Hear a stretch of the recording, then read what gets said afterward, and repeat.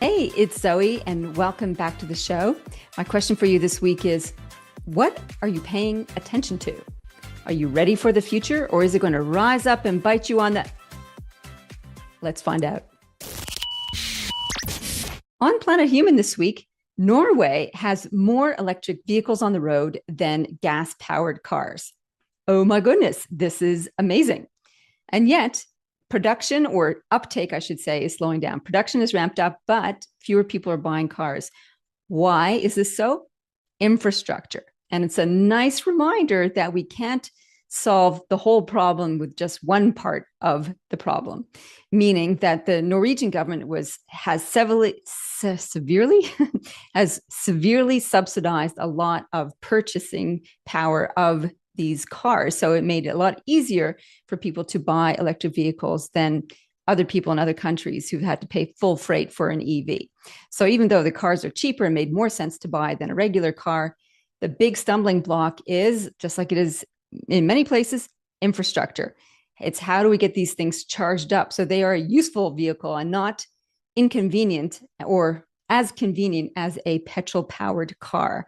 So we need to think in systems, folks. However, this is a great signal that the world is transitioning away from a gas-powered, carbon-producing economy into a electric, no-carbon economy. Hurrah for the planet. On Planet Zoe this week, it's all about the Leadership Conclave. I've been working on this event pretty hard for the last 6 weeks or so, getting ready to come together with 30-odd leaders and their teams to examine what 2025 is really going to look like. What are the trends that are nudging forward that we need to prepare for and respond to?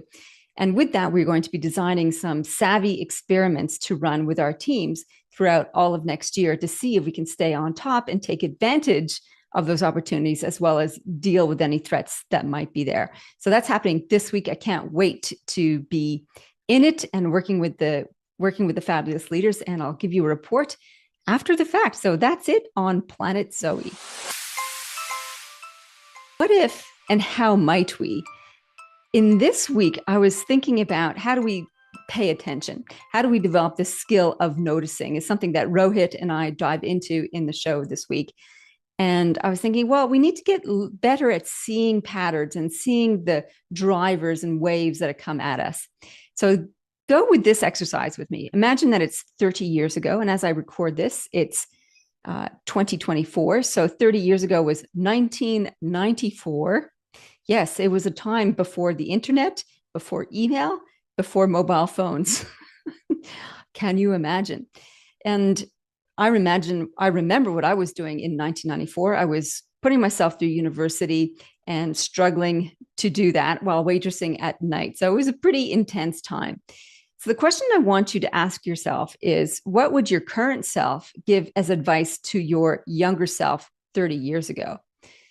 When I thought about this, I'd tell my younger self, guess what? Creativity is going to be on steroids in the next 30 years.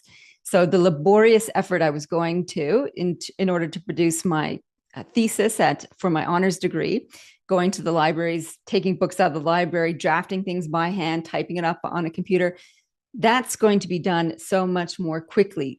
You'll have better, easier, faster access to resources. You'll be able to create things quicker, faster, easier in a myriad of different platforms. It is going to be exponentially wonderful in terms of creative output. So my advice to you, young Zoe, is to hone your attention skills. Learn how to pay attention to what matters most so that you can filter out the guff. So I think that's pretty critical in this time of accelerated information and creative stuff that we can consume. Is being able to filter is pretty important. So paying attention is the first thing. So the next part of this exercise is projecting into the future 30 years. So 2054, how old will you be? I will be a pretty old lady by then. And what advice would my old lady self give to my current lesser older lady self? And I think what I would tell myself, my 84-year-old self, tell me now, is to hone your physical and mental bioregulation. Because with computer brain interfaces and other amplified biology, the it's going to become even more necessary to stay calm and focused. We'll still have accelerated change. We'll still have a cacophony of noise coming at us, and the ability to just manage our own biology, amplified or not, is going to be critical. It's how we're going to be able to stay calm in the maelstrom of craziness. So that bioregulation, self-management is going to be essential. Now, I'd love to hear what you came up with in the exercise when you did it. 30 years into the past, 30 years into the future. What's your advice for your past and current self? Love to hear it. My guest today is Rohit Bhargava. And Rohit is an amazing dude. And he is a dude. He is a multiple award-winning, best-selling author of numerous books. And his latest one, Non-Obvious Thinking, is fantastic. And he is a speaker. He is a consultant. He's an ex-marketing guy and all-round groover. I don't even know if anybody else uses that word apart from me. But he has a lot to say about the future, and he's very committed to helping leaders learn how to think about the future and to notice what's not obvious. Hence the title of his latest book, Non-Obvious Thinking. Let's get into it. Here's Rohit.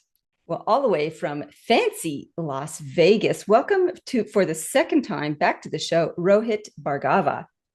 Oh, thank you. It's a pleasure to be here. Man about the town and man about the world. Very busy talking to people about the future and non-obvious thinking. I love your newsletter. I love your latest book. I can't wait to get it into the hands of people around the world. So let's dive into it. When we talk about how to think about non-obvious things about the future, people always want to know, what should I be paying attention to? And I want to bring it into a very concise timeline. 2025. That's, as we're recording that, that's coming up soon, sort of in the next 3 to 4 months. And that's usually what I find leaders are obsessed about. Sort of the next 3 to 12 months is the burning hot priority. What should leaders be paying attention to when it comes to those trends? Yeah, that is the burning topic. And as you know, I've been a trend guy for more than a decade, right? Every year I've published a new trend report, and I spent all this time thinking about what's coming next. And I mean, we're going to talk about trends. I know we are. But what's interesting about this book for me was that it was really much more about the mindset behind being what often people describe me as, which is a futurist.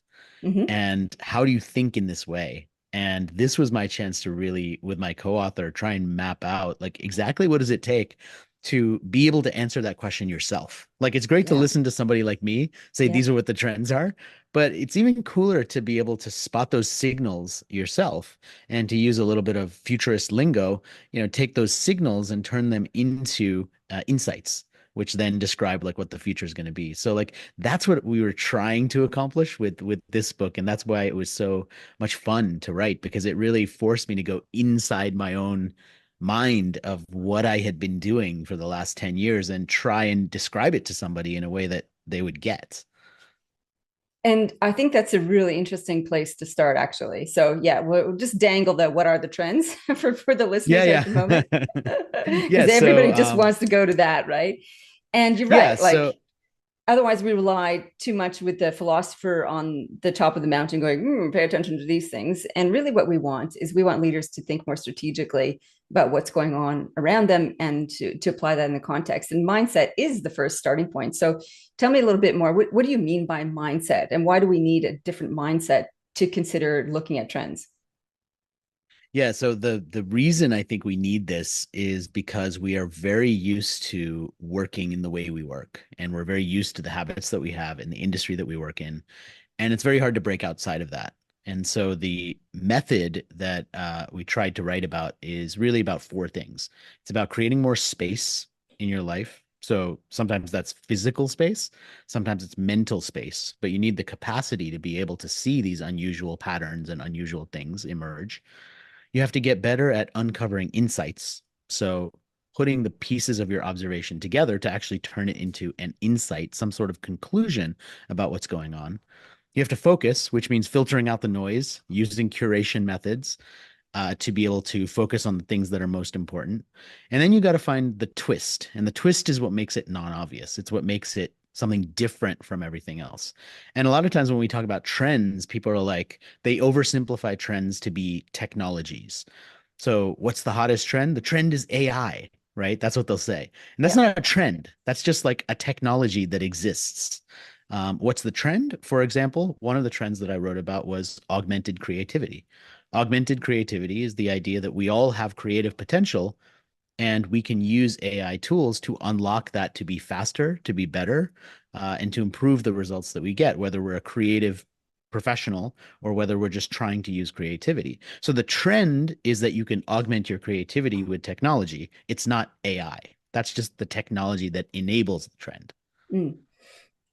I think that's a useful way to put context around these things that we see popping up, because it otherwise we get distracted by the little shiny objects that are Mhm. pretty exciting, actually. So if we look at another example of that, a technology which I'm currently obsessed with, brain computer interfaces, that Mhm. is that's a technology. What's the trend? It's not augmented creativity, it's augmented humans. Is that how you would describe it, or is there something else? Exactly. That's exactly how you think about it, right? You try and evolve from observing a technology that exists that people are talking about Mm-hmm. to what is the human side of that? Like, what is the impact of that going to be?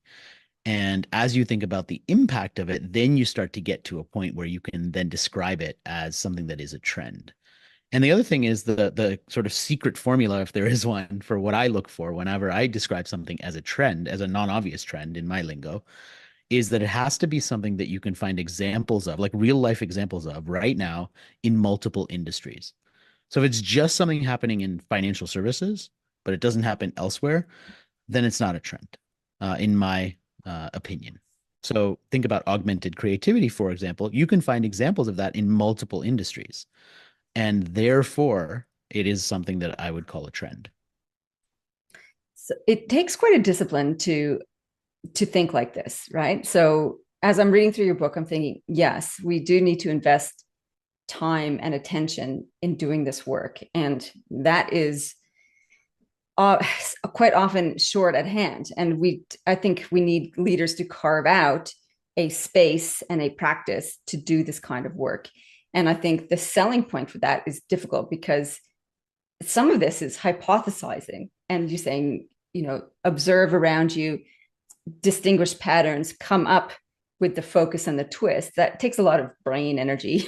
And It when leaders does. are busy delivering on the promises they made in their strategic plan, it's hard to do that. How do you get your people, your leaders, to do that practice? So here's the first maybe unusual observation, which is maybe everyone shouldn't uh, do that. And the reason why I say that is if you think about a leader in any capacity, right? The more you understand about what the people who are on your team are doing, the more insightfully you can challenge them to produce great work. So if you know how trends come together, and more importantly, you know what a trend isn't, whoever the insights people are on your team who are spending the time doing all these things that you don't necessarily have the time to do in your day, and it's not necessarily your role to do it, you can now ask insightful questions to challenge them to say, is that really a trend? What is the underlying thing? Because now you understand how the pieces come together. So the only way to use this knowledge isn't to say you can spend hours and hours every single week, like someone like me would, sorting through stories, sifting through various things, trying to find what the patterns are. That's not necessarily the only way to use this knowledge, right? The other way to use it is to make your team better as a leader. And that requires the knowledge of how it works without necessarily the time spent to figure this out yourself. I love it. Delegate the thinking, or Yeah. challenge the thinking, or both. Yeah. And sometimes you already have, right? I mean, you already have people in your organization who are challenged to do this. You just have to find the right ways to motivate them. Okay. So let's get to the juicy bit that people are still hanging out for. 2025. What's popping in terms of your patterns? Yeah, so if you look at, so one of the things I often do when I think about trends is I think about what is culturally happening right now that we are talking a lot about. And misinformation is a huge topic, right? We're talking about that all the time.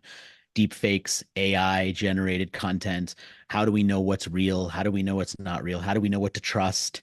Who can we trust? I mean, this is a huge macro topic in our shared culture right Mm. now.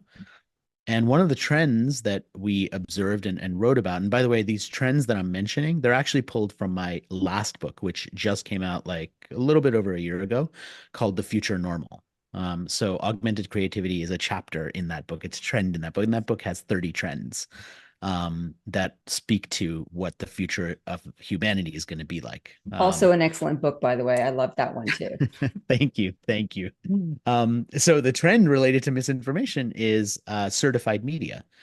The idea that if we can certify that a certain type of media is accurate, is as it was taken and not modified, then we can have more faith in what it is. And there's tools right now that are allowing you to do this. So again, it's all about examples, right? I can't just toss out certified media as a wouldn't it be nice if Mm. type of thing. I need to share examples of that. So right now at CES, which is the Consumer Electronics Show, coincidentally here in Vegas every January, they launch several cameras where they certify the image that's been taken by the camera, an actual camera, not a smartphone camera, and they provide metadata on the image so that you can tell if that image has later been manipulated or edited.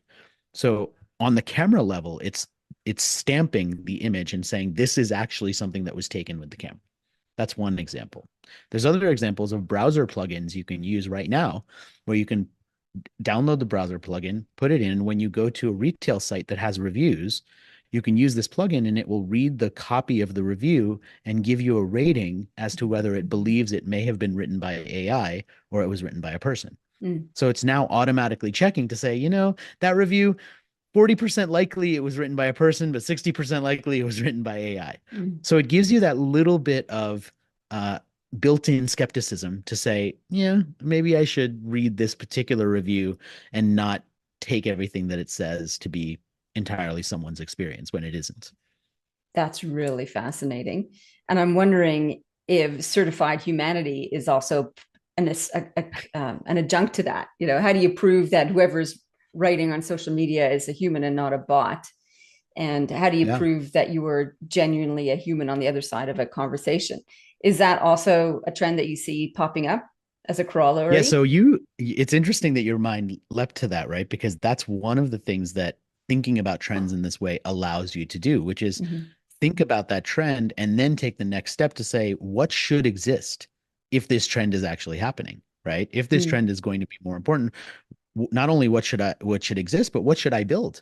Because now you just came up with an idea. Now maybe that does exist, right? I haven't seen everything that's out there. Maybe Mm. it doesn't, but that's a great idea for something that someone could work on, and it would Mm. be quote unquote on trend, right? So Mm. sometimes you use these trends as a way to filter your thinking to say, well, there is something happening out here on a macro level.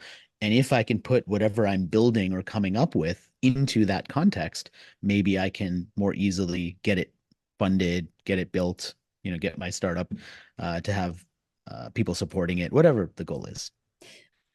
Thank you for adding that last piece on, because so yes, we can doing this kind of work spreads to other kind of connections, and the opportunity risk piece is what leaders need to be paying attention to. What does this trend mean for us? Maybe it means nothing. Like it's not relevant, it's not going to affect us Yeah. immediately, we don't have to do anything about it, but sometimes there's an opportunity in there, or there's a risk that we need to mitigate, and that's probably the point of doing this kind of work. It's not just crystal balling because we're excited about the future, we want to see what's coming. For me, that's part of it. It's also, what will this mean for us? What could this mean for us into the future? So is there a way of distilling down the way that people can look at patterns and these ideas, that are these insights that are emerging, that is in service to their particular field of work? Yes. In fact, that's one of the things that I thought a lot about when it came to the point you just made earlier, which is not every trend applies to everyone or every situation. Mm-hmm. And so when Henry and I, my co-author on the Future Normal book, looked at the 30 trends that we had mapped out, we realized that if you're working in healthcare, for example, they all might have some relevance because we're all human and we're living in this world together, but there are some that have more relevance based Mm-hmm. on the industry that you work in, whether it's healthcare, financial services, or transportation, or nonprofit. And so we created what we called trend playlists that we put at the back of the book, where we Yes, chose 10 it's of the good. 30 trends and we put them into these playlists to say, if you are the sort of person that says these trends are great and I'd love to read this whole thing, but I'm working in the technology industry right now. And so what I really want to know is what are the ones that are most relevant for me? The playlist would allow you to jump into the book and just read those chapters if you wanted to. So we were trying to deconstruct the book in a way that would make it more useful, because at the end of the day, like, I'm writing a business book, not a novel. Mhm. So I want people to dig into it and get value from it, and it changes the way that they think and it changes what they do, and they don't always have to read the whole book in order to do that. I love if they do. I mean, I spend a lot of time and love putting, in trying to write a good book. Yeah. But if you get value from one chapter and that's all you read, you know, it's not my role to criticize that, right? I mean, you got something from the book, and it changed the way that you thought. And ultimately, that's my objective. And if you just read 3 pages and that happens for you, I would never criticize that. Thank you. And I think that actually that speaks a little bit to me as an author as well. And I read so many business books where it's like, okay, just scan, flip, scan, flip. And it's Yeah. it's like there's some unwritten rule, or maybe it's a written rule somewhere, that you need to fluff up a book with stories and a whole bunch of things. Whereas you could just go straight to the good stuff that people want to apply. And maybe that's just because I read a lot of books and I want to just pick out the nuggets. And your books, both of your books, Future Normal and Non Obvious Thinking, do just that. They're kind of, here's the context, here's the tool, here's how you apply it, go. It's like, Yeah. oh, thank you. Yeah, I mean, it's one of the nice things about owning a publishing company too, is I can throw out the typical rules that are given to authors when they're writing books, such as it must be this word count. I think that Mhm. is such an artificial, useless metric to try and apply to a book. I mean, a book should be as long as it needs to be. Yeah. And if it's 60,000 words or 80,000 words, like Future Normal is, that's what we needed to get those points across. If it's 28,000 words, which is what non-obvious thinking is, that's what we needed to get that point across. And that one is illustrated and it's done in a So very good. different style. So they're very different books. And uh, the way that we put them together was based on what we wanted the experience to be for the reader. Yes. And I love that about both those books for those different reasons. And yeah, the illustrations and the concise nature of non-obvious thinking was one of its attractive bits for me. And I know for my leaders as well, they don't have time to read big tomes, and they tend to just pick it up, and those kinds of books, pick them up and go, I should read that, and just pop it on the shelf. We want books to be useful. That's what I think anyway, as a leadership expert. I want to talk a little bit about time horizons when it comes to non-obvious thinking. And I open this like 2025. Let's talk about what's coming immediately. How do you recommend people consider time horizons when we're looking at trends, patterns, and insights? What's useful for leaders to do? I mean, let me start with maybe what's not useful, which is trying to project forward 20, 30, 40 years into the future, which sometimes futurists will do. And I think is basically guessing Mm-hmm. in most cases.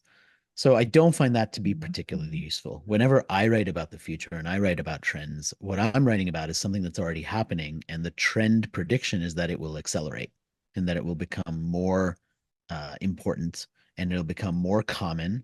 And therefore, ironically, it will become more obvious. So if you look at like the trends that I wrote about in 2016, now, years and years later, most of them would probably be like, yeah, we see that. Like that's been there for a Mm, while. Because at the time when it was written, it was just starting to take off, but now it's been around for a while. mm, So I think that there is this time horizon trap that we get stuck in, where we think that trends have to be projecting forward a year forward, 2 years forward, whatever it is. And then we get into this annual planning cycle where it reinforces that trap, because now it's like, what are we going to focus on in 2025? And what is our priority going to be? And the more we think about it in terms of those strict timeframes, the less we give ourselves permission to focus on the larger shifts that are happening. Because sometimes, like, I'll give you a perfect example, right? Like, we had a trend that everybody in the world of education was watching, which was like remote education. This idea that like we could learn virtually. been a trend for the longest time. And then the pandemic happened. And immediately overnight, every child in every country that had access to the internet was learning virtually. So that trend that had always kind of been there were virtual universities, right? You could go to Mhm. school online, you could watch Khan Academy videos. I mean, this is wasn't something that hadn't been invented, but all of a sudden it got this rocket boost that made it take off to a level that no one expected because of something that happened in our world. So sometimes there are those boosts where if you predicted that virtual education would be a thing years before the pandemic, it was, but you wouldn't have known how quickly it would accelerate because of something like that. Mm. So some of this conversation actually makes me think about doing scenario planning, which takes a different view of looking at trends and looks at the volatile ones. We don't know which way they're going to go, Mhm. and creating scenarios around that. Is that one of the things that you explore, or do you prefer to look at these predictive ones, the ones that will accelerate? Sometimes I do look at scenario planning. I mean, it's a very common way for futurists to think. Mm-hmm. If this were to happen, how Mm-hmm. would you then react and how would you then plan? It's sort of like a risk mitigation exercise as much as Mm-hmm. it is a strategic planning exercise, Yeah. oftentimes when it's used in that way. And I do think there's value in that. I mean, planning for worst case or unlikely scenarios does open your mind to think about your business differently and perhaps appreciate risks that may be coming that you're not already thinking of. So there is value in that. I don't tend to focus on that.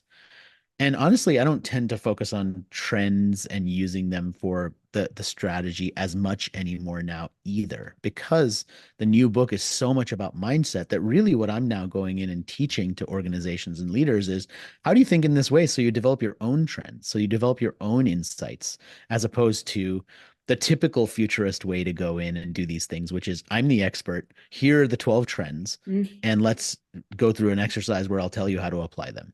Mm-hmm. I could still do that. I mean, I have a lot of trend research, but I find it more fulfilling to teach people how to think in this way as a non-obvious thinker. So that's more of what I've been doing lately. One of the things that you talk about in non-obvious thinking, which I can't wait to apply to my next book, actually, is you say you take a moment to look at all the pieces of information, put them on. I think you actually recommend post-it notes, and put them out as on a display, and have a look at them visually as to see Yeah. what are the stories and the incidents and the events that are popping and creating the links between them. And I'm going to apply that to doing the research for my next book, Power Games. I'm going to do the literature review and some of the things I've been reading in fiction and nonfiction across the media, and do this post-it note exercise to see what are the threads coming through. Yeah, it's a great exercise. I mean, to do that, but also even to do like I do it with the actual material. So like things Uh-huh. that have been ripped out of magazines, like articles, and sorting those as instead of just the post-it notes. And the post-it note thing for me is huge because I used to do a lot of like playwriting and screenplays and storyboarding Yeah. basically. Yeah. So the table of contents for non-obvious thinking is actually a whiteboard illustration with every chapter being an individual post-it note. Like that's I how we love it. visualize the Yeah. table of contents. So actually, can you just walk us through that technique? Because I think I talked around the edges, and I just want to hear from you how you go about doing this pattern recognition part. Yeah, so the method that I use is something called the Haystack method. And you can actually just search it on Google and you'll find some time-lapse videos of me kind of showing what that looks like if you want to Cool. visually see it. But essentially, it's finding all these different articles and stories and then finding themes between them and grouping them together and literally sorting them into piles, physical piles of materials on a table, a large table. The largest table I have in my house, in the room my kids call the Thanksgiving room, which is, an American reference to a room you only use once a year, if you have a house. Yeah. And so I spread all of this out and then I find patterns between them. And the patterns are what I write on the post-it notes. And then I start to align the patterns and the themes to say, well, this theme relates to this theme, this industry observation relates to this one. And then I try and elevate my thinking to describe what might be a trend. And then my method involves saying something that could be a trend and going out and testing it. So doing interviews, talking to people, looking for more research to validate whether what I think could be a trend actually does seem to be a trend. So And just like then you after all just that, sorry, just like you did Yeah. at the beginning of our conversation, talking about augmented creativity. That's sort of the here's all the things we're seeing around generative AI examples, and then elevating that to an overarching trend called augmented creativity. Yeah, exactly. You just, you kind of nailed it. And there's two steps in there. One is elevating it to a bigger idea. The second Mhm. piece of it is naming it, which is big for me as a brand marketing guy. So I spend a lot of time figuring out, like, what am I going to name it? Because the name of the trend is what sometimes allows it to get people to be talking about it. Yeah, and exploring that as an idea, which is useful in Exactly. strategic thinking. Uh, if you can get people excited and playing with a concept, then they can use their connectivity in their brains to come together to create something new, which is very exciting.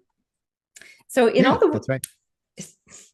in all the work that you've been doing, what's a surprising thing that you've come across as you're doing your non-obvious thinking work?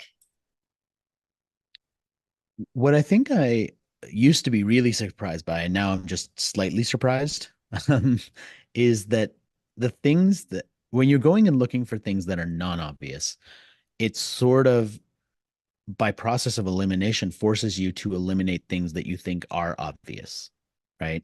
So in order to get to the non-obvious, you have to be like, well, that insight or that observation, that's totally everybody knows that. That's Mm. obvious. And what I've been continually surprised by is that what I think is obvious is actually not that obvious to everyone.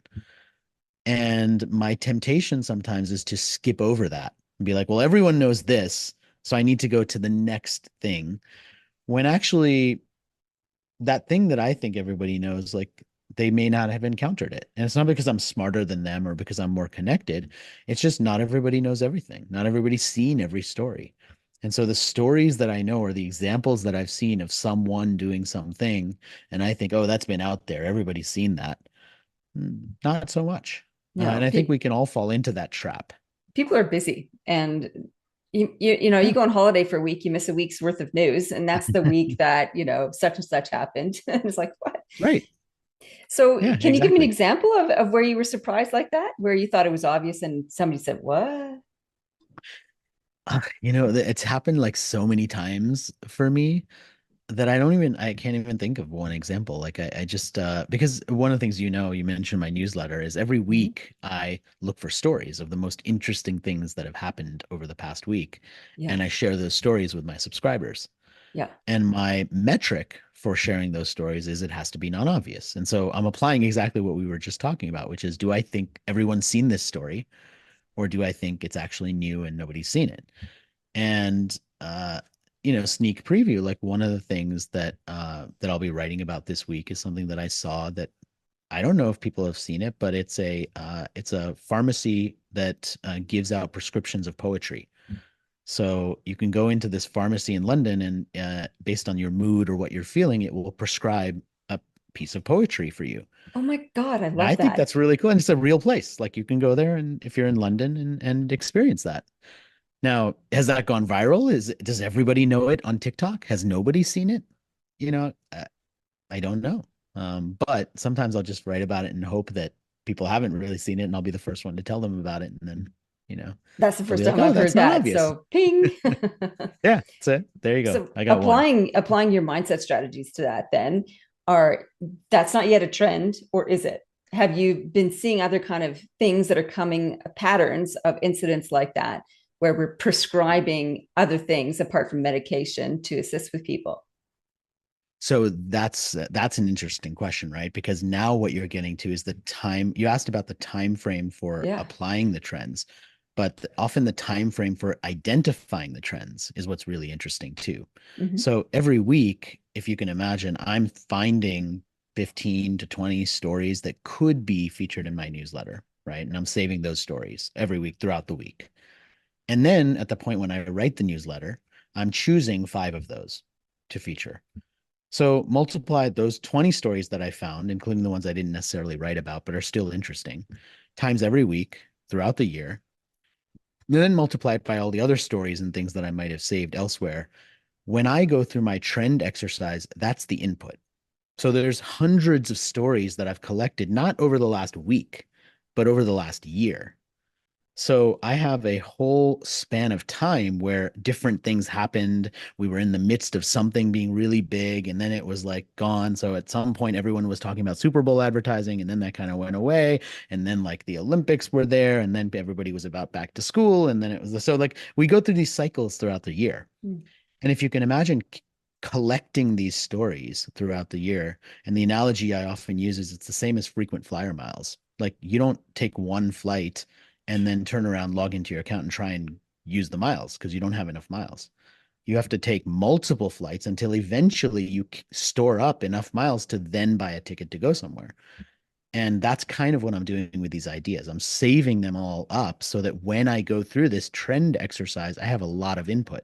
Mm. So I can sort out all these stories, right? Because you need a volume of stories to be able to do this whole thing I was talking about on the Hmm. table with the post-it notes. And you can't do it with like four stories. Yeah. So back to my question, is this an isolated one or has there been I don't know other yet. you don't know yet? Is the answer, right? Like this is just it's a story. It's an individual like signal sometimes they call it in futurist work. So like what you have to do is eventually you put the signals together and say this is going to be a trend. So at this point I don't know because I just discovered that one. Well, I'm going to have my radar on for non-medical prescriptions and keep my eyeballs out for that.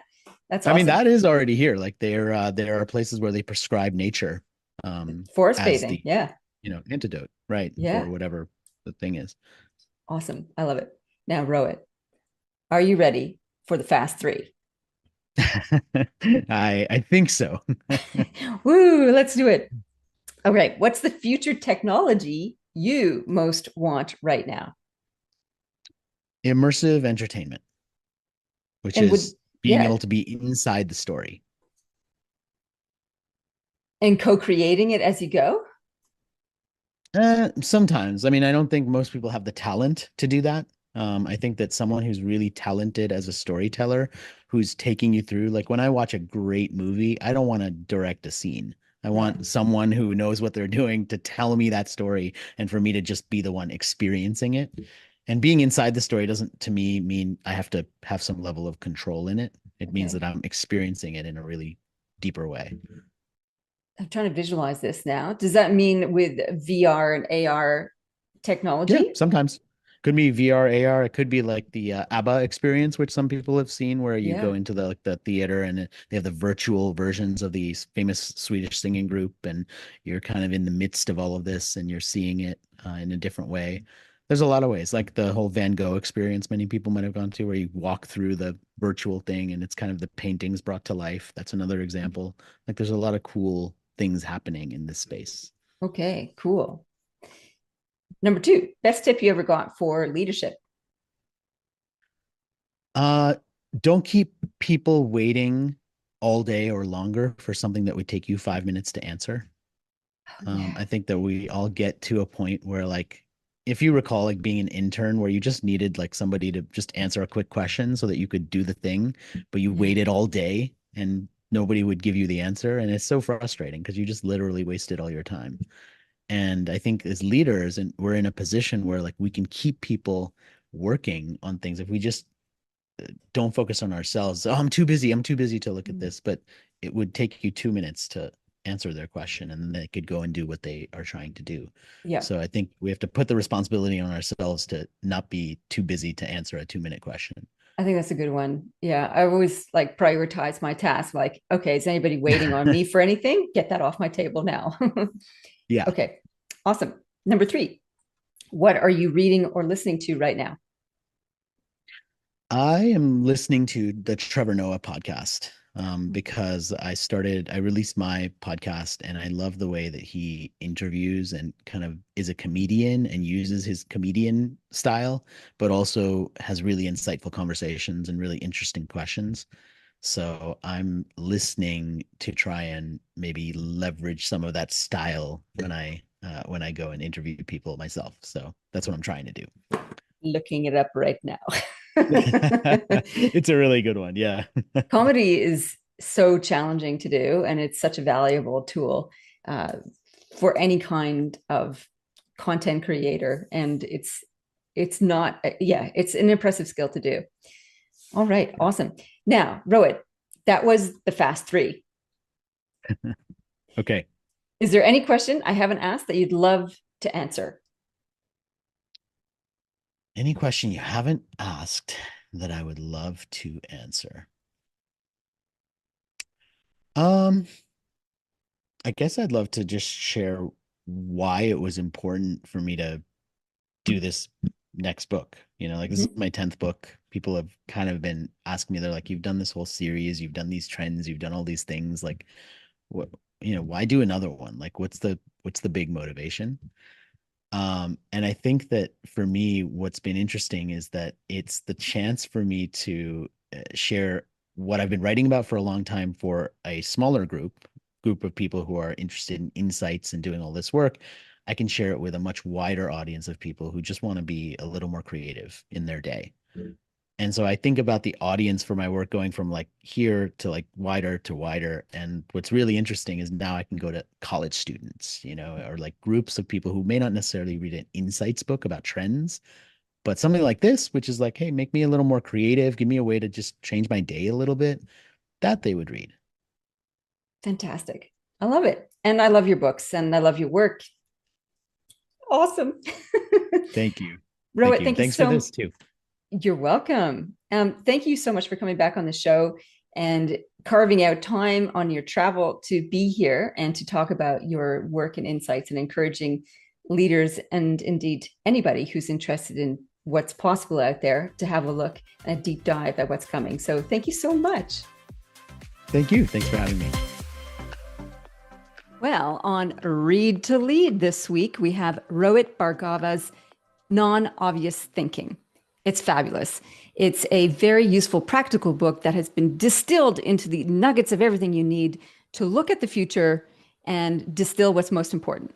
He's got 4 main skills or mindsets, he calls them. One is about patterns. So, what are the patterns that we're seeing in the stuff that we're absorbing, listening to, observing? What are the insights we can take from that? What should we focus on? And what is the twist that we can put on it? So that is strategic thinking advice. And in the book, it's beautifully laid out. It's got these little graphics to help you navigate the book effectively.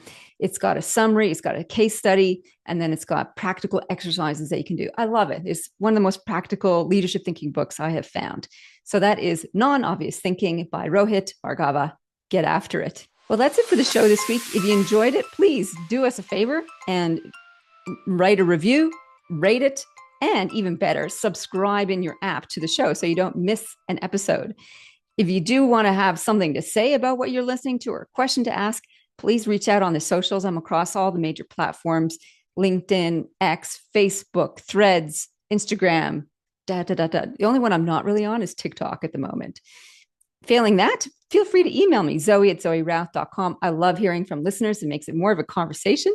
And I love to hear what you're thinking about, what you're responding to, what your desires and challenges are. It's very exciting for me to be of service to you to find out about those things and just hear what you have to say. I'd love to hear from you.